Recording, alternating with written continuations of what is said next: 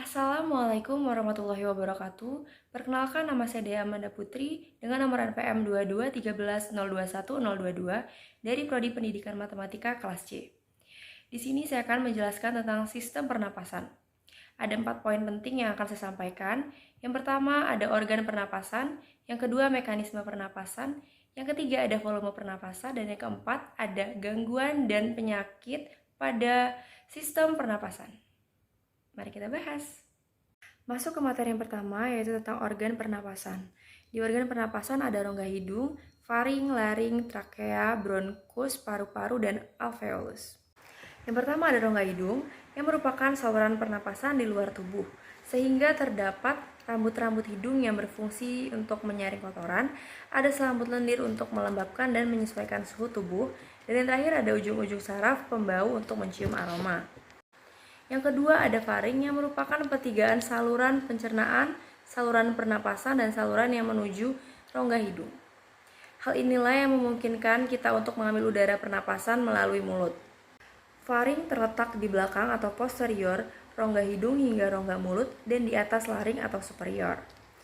Faring tersusun dari otot lurik dengan panjang kurang lebih 4 cm. Dinding faring tersusun atas otot rangka yang dilapisi oleh membran mukosa. Kontraksi dari otot rangka tersebut membantu dalam proses menelan makanan. Faring yang berfungsi sebagai jalur masuk udara dan makanan, ruang resonansi suara, serta tempat tonsil yang berpartisipasi pada reaksi kekebalan tubuh dalam melawan benda asing.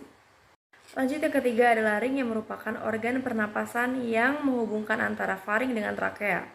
Di dalam laring terdapat epiglotis atau katup tulang rawan dan pita suara. Walaupun demikian, saraf kita tuh akan mengatur agar peristiwa menelan, bernafas, dan berbicara tidak terjadi secara bersamaan atau bertabrakan. Selanjutnya ada trakea, yaitu adalah saluran yang menghubungkan laring dengan bronkus. Trakea memiliki panjang sekitar 10-12 cm dengan lebar 2 cm.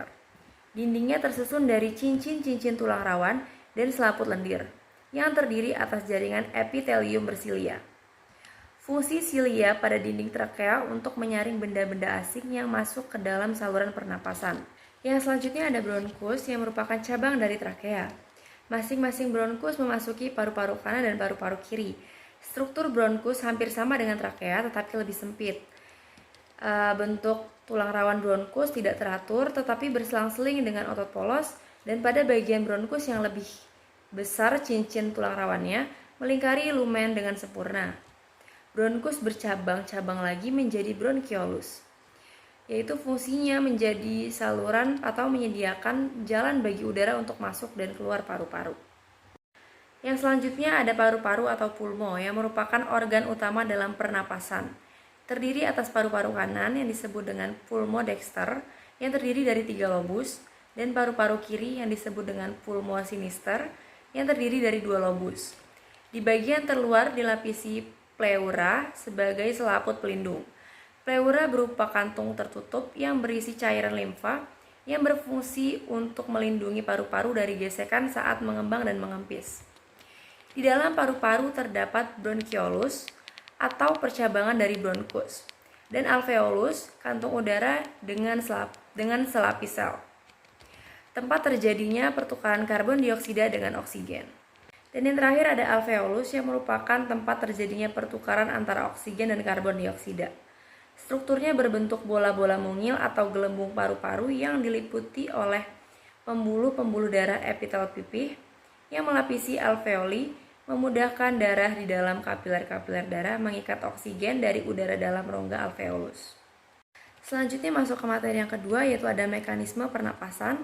Yaitu kita 1 kali pernapasan terdiri atas 1 kali inspirasi dan 1 kali ekspirasi. Tapi apa sih yang dimaksud dengan inspirasi dan ekspirasi? Mari kita bahas. Jadi pada saat inspirasi kita menghirup udara dan ekspirasi menghembuskan udara. Tapi apa aja sih yang terjadi dalam tubuh kita? Pada saat inspirasi, diafragma dan otot dada berkontraksi yang mengakibatkan diafragma bergerak turun, serta volume rongga dada yang membesar. Lalu paru-paru mengembang dan udara masuk ke dalam paru-paru. Sedangkan pada saat ekspirasi, diafragma dan otot dada berelaksasi yang mengakibatkan diafragma bergerak naik serta volume rongga dada yang mengempis. Lalu paru-paru kembali normal dan udara keluar dari paru-paru. Oke, masuk ke materi yang ketiga, ada volume pernapasan. Volume pernapasan dibagi menjadi 3, yaitu ada volume tidal, volume cadangan ekspirasi, dan volume cadangan inspirasi. Yang pertama ada volume tidal, yaitu volume udara yang keluar masuk paru-paru saat tubuh melakukan inspirasi atau ekspirasi secara normal atau biasa. Volumenya sekitar 500 ml. Yang kedua ada volume cadangan ekspirasi, yang merupakan volume udara yang masih dapat dikeluarkan secara maksimal dari paru-paru setelah melakukan ekspirasi biasa. Volume cadangan ekspirasi ini sekitar 1500 ml. Dan yang terakhir ada volume cadangan inspirasi, yang merupakan volume udara yang masih dapat dimasukkan ke dalam paru-paru setelah melakukan inspirasi secara biasa atau normal. Volume cadangan inspirasi sekitar 1500 ml. Masuk ke materi yang terakhir, yaitu ada gangguan dan penyakit pada saluran pernapasan. Kita bahas dulu gangguan pada saluran pernapasan.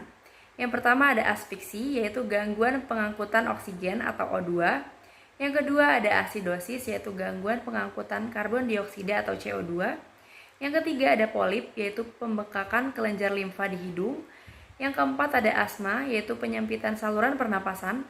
Yang kelima ada emfisema, yaitu paru-paru kehilangan elastisitasnya, pembengkakan paru-paru atau pembuluh darah. Yang keenam ada rinitis, yaitu ada radang membran mukosa pada rongga hidung. Yang ketujuh ada kanker laring, yaitu tumor ganas pada laring.